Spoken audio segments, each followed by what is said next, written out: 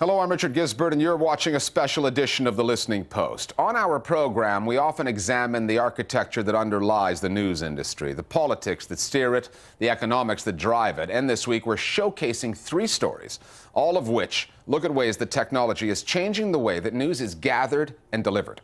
For example, how media organizations are adapting to the exponential rise in both the quantity and the quality of user-generated content. Eyewitnesses can actually break news and provide their own reports from the scene. And there's a new generation of intermediaries, middlemen, who organize and curate the best content from the field and feed it to mainstream news outlets. Marcela Pizarro will report on that story. And they say the camera never lies. However, digital post-processing of news imagery can mess with the truth and has become as big a part of the photojournalist's art as framing the shot in the first place. Image enhancement has already caused controversy around some highly contentious news stories. We'll have Nick Muirhead on that, reading between the pixels. But first, the future of news as seen from above. Whether it's demonstrations, natural disasters, or celebrity sightings, bit by bit, journalists, cameramen, and media-savvy activists are using drones, unmanned aerial vehicles, UAVs, to get new angles on news stories. The technology and the ethics of drone journalism, that's the subject of our first report from The Listening Post's Will Young.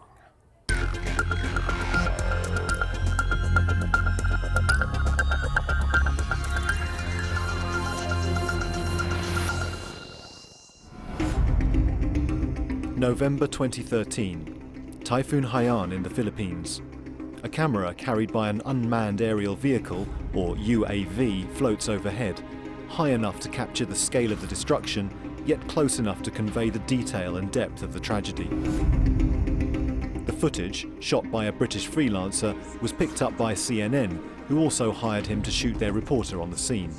The possibility for drones in the hands of journalists and activists it's really quite significant. It seems obvious at the moment that if you want to show widespread devastation after a fire or environmental problems, that drones can help illustrate that. If you're at a protest and you have a drone, you can, for example, put a drone up in the air and see the tactics that the police are using, see the extent of it, and really give a kind of whole different illustrative angle to the coverage that you're trying to produce. And it's at political protests where drones are getting closest to where news is breaking. A drone shot the demonstrations that shook Bangkok at the end of last year. The footage quickly became part of the mainstream media coverage. But it was at the Occupy protests of 2011 where journalist Tim Poole first saw how a drone could help report times of civil unrest. I've known about drones and remote control airplanes and blimps and all that stuff, but it wasn't until there was this particular protest in Boston where the police formed a line and they were blocking the press from being able to film the arrests happening behind them that I started to think, what can I do that's legal to circumvent their blockade? And a friend of mine suggested we grab a couple of these drones, send them straight into the sky, we'll have an aerial shot, totally legal, we'll get a better vantage point. How can we incorporate this?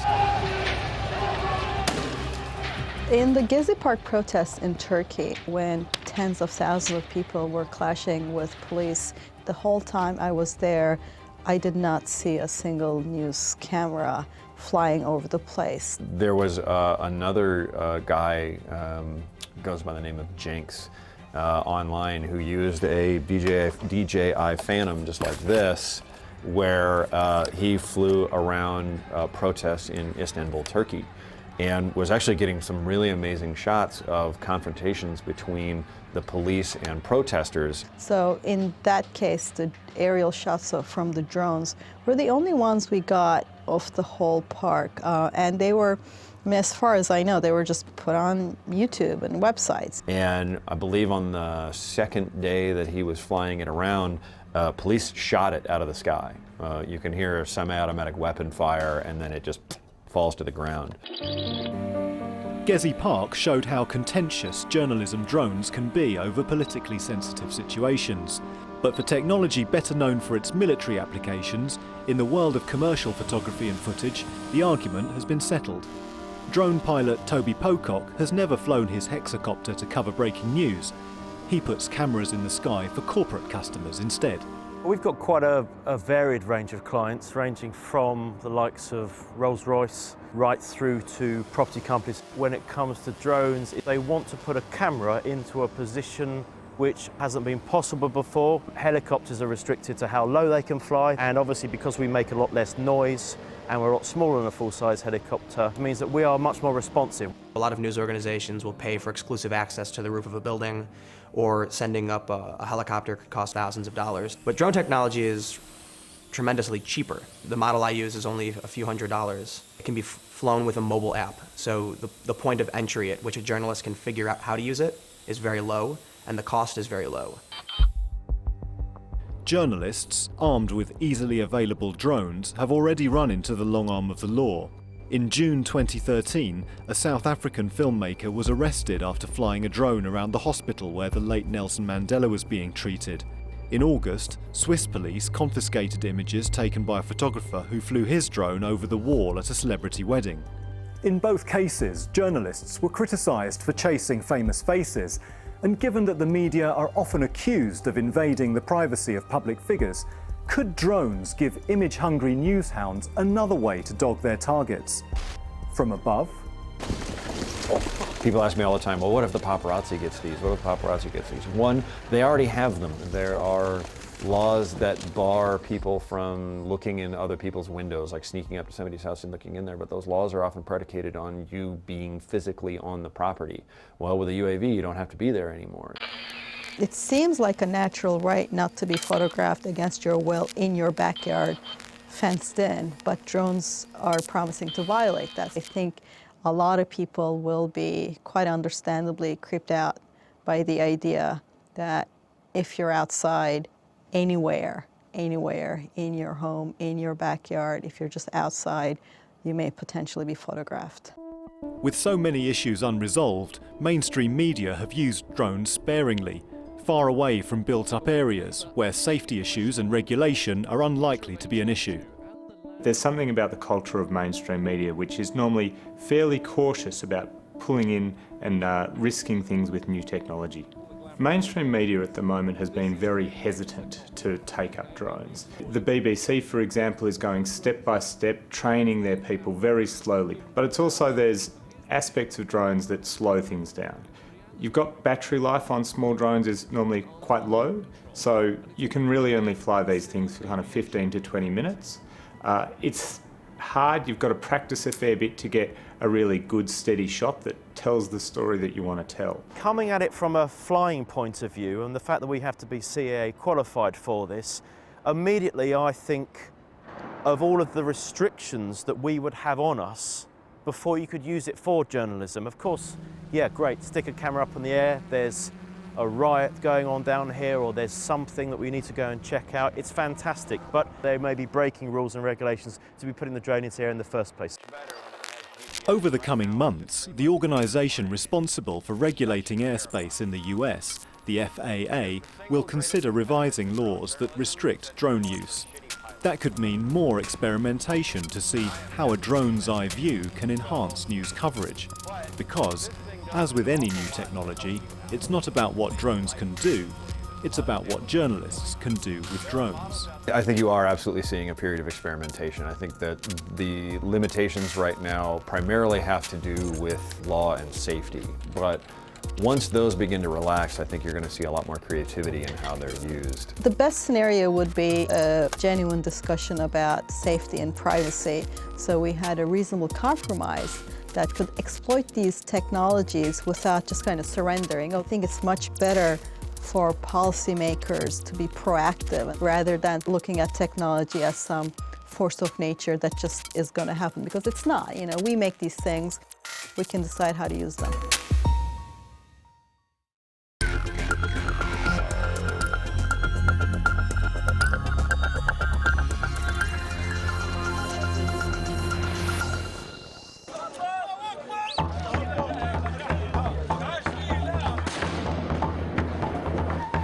There's been a sea change for large media companies. Perhaps it was the tsunami in Asia, perhaps it was the London bombings, perhaps it was Hurricane Katrina, perhaps it was the Arab Spring, where they suddenly woke up and realized, hey, people are getting content in places we can't be, and we should use and facilitate this content. User-generated content, UGC, has come a long way from letters to the editor. The power to create news content has turned anyone with a smartphone into a potential journalist, and audiences are increasingly aware of their own changing role. You just need to look back over the last 12, 18 months and see the massive news events that would not have been able to be covered the way they are without the contribution of citizens. It's gone from something that was perceived as almost a necessary evil used sparingly to a very established part of media news content that's been put out. Ordinary citizens seem to instinctively realise that they have the power to actually effect change or influence information. And I think for us as a news organisation, it's very much trying to figure out, what is this relationship, this connection with the audience. The shopping centre siege in Nairobi last September showed, yet again, that amateurs can deliver news images that mainstream media are in no position to capture. But it remains up to the professionals to know when to incorporate it and where to draw the line. When bombs exploded at the Boston Marathon last year, newsrooms were caught up in a stampede of citizen content, and journalistic values were trampled underfoot. Juliet, we're getting some conflicting reports about an arrest. The misreporting and rumors that came out from citizen reports of the Boston bombings were actually quite alarming. But I think what's interesting about that is mainstream media also made a number of mistakes and missteps and were ahead of themselves in the reporting. And so it's not just the citizen journalists that made mistakes. For many media organizations, the shifting landscape between their output and their audience is unfamiliar ground. Bringing order to this uncharted territory is a new generation of user-generated content middlemen. Companies like Demotics and Newsflare working with citizen reporters to get the best deal for their photos and videos. Where Demotics first made a splash was in 2009 and the back of the elections in Iran, when news organisations were restricted, Reuters were unable to shoot there. There was a boom with regards to the use of social media, pictures being put up on places like Facebook, Twitter and Flickr and what have you. What we tried to do was to harness that and getting in touch with those people on the ground in Iran. The key difference that Newsflow makes for established news organisations is that we identify the signal from the noise. Do is reduce friction at both ends, both in terms of the contributor and the publisher and broadcast that buys the clip, so that the public gets to see that really meaningful content quickly. This is a heavy, difficult job that you don't want to have to do as a news organization, because you're going to have to devote tremendous resources.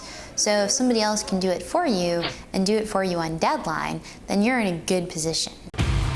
These new age news outfits are also developing relationships with their contributors, providing virtual tutorials over the web to sharpen their media skills. According to them, it's an investment in the future of news, one which is paying off for photographers like Mahmoud Ilian in East Jerusalem. I heard about Demotics through a friend of mine more than 3 years ago, and I still send them pictures today. I emailed them and they agreed to take my photographs, and so I started seeing my work in global media outlets, not just local ones. I'm still learning, and I'm always given comments and criticism to develop my work. I've worked with Mahmoud for quite some time now, for about 3 years. At the very beginning, he was basically going out with a camera and just shooting everything he thought was news. And then through the process of Demotics, for instance, his upload became more focused on the issues, so he was getting closer to the subject. He was also photographing more newsworthy events.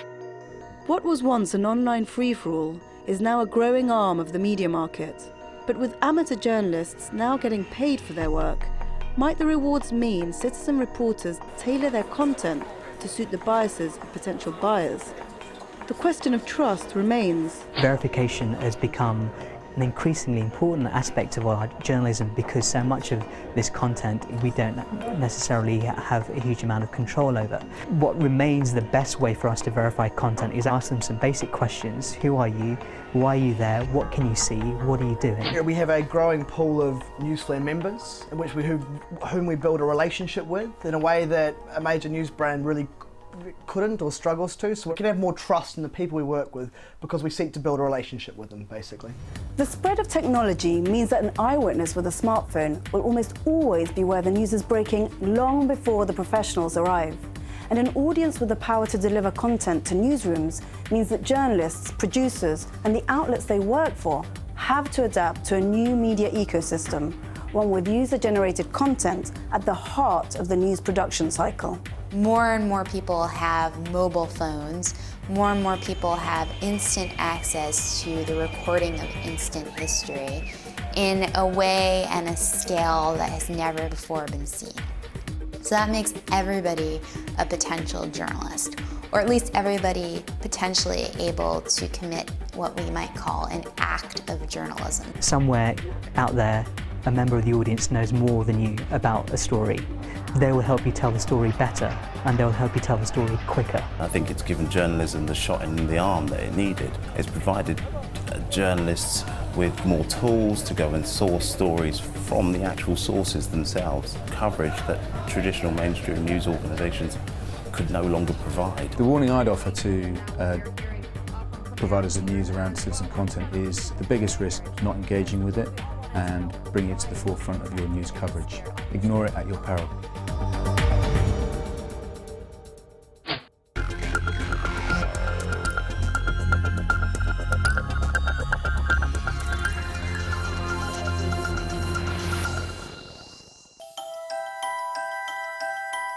The World Press Photo's annual contest is considered to be one of the biggest and most prestigious competitions in press photography. The aim, as the exhibition travels the globe, is to get people talking about the stories, the images, and photojournalism. Last year's winning entry did all of that. Some people called the photo a fake.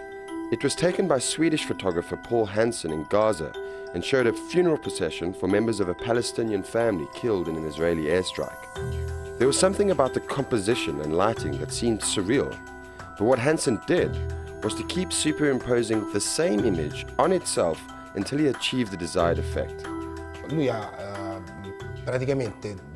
He essentially overlaid the same picture multiple times to reveal the most detail out of both the dark and light areas, simulating the way humans can see. That's what he tried to do, and that's interesting, quite experimental, almost pioneering. The fact is that for the past 50 years we've been used to seeing photos that are a product of that chemical process, and anything that strays from that scares us. The strength of this image is in putting together the many elements which recall the tragedy of the Palestinians, the grief of the families.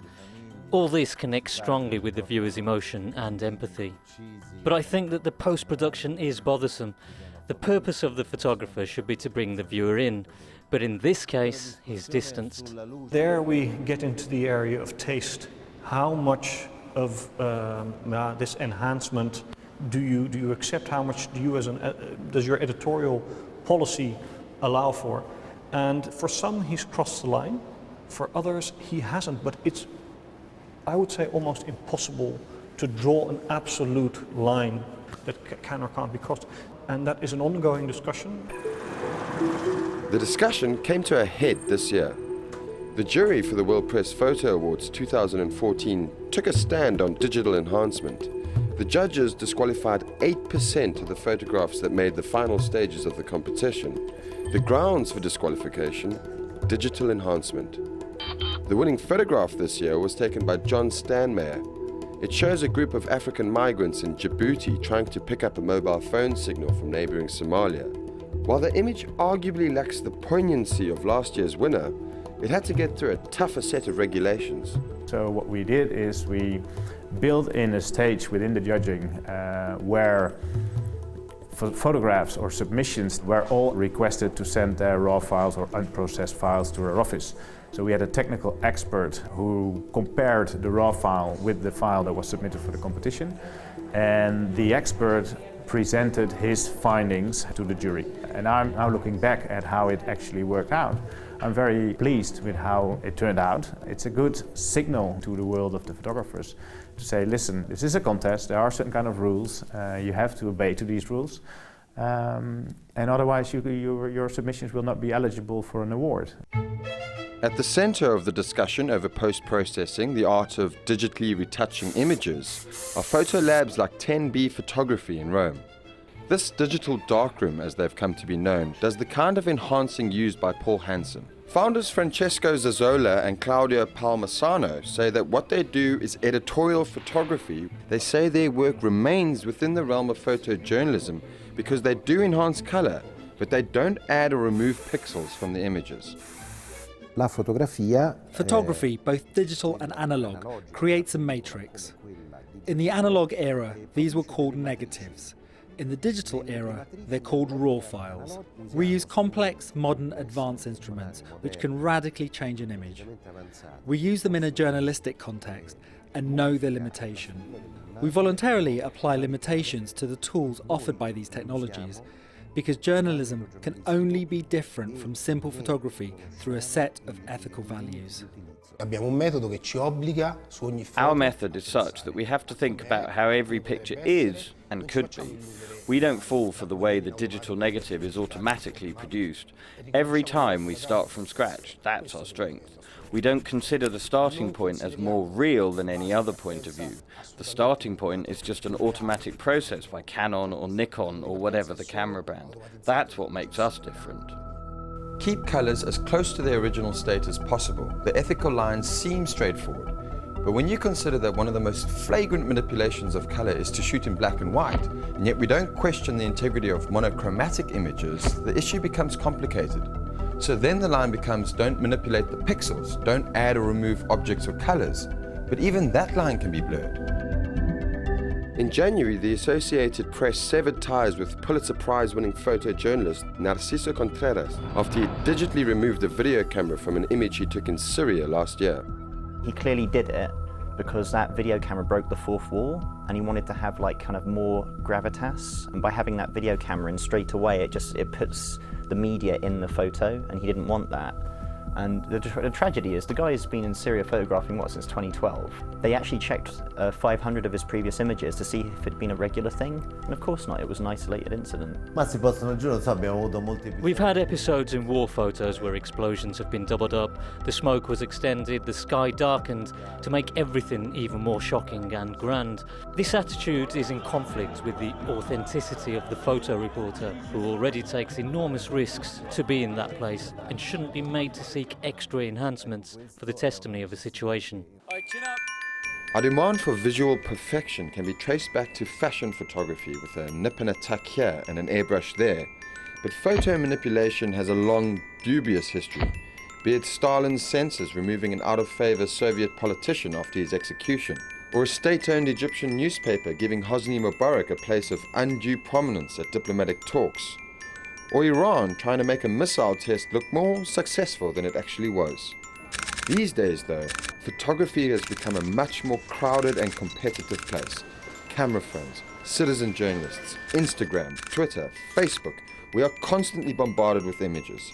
Photojournalists are struggling to stand out and are pushing the limits.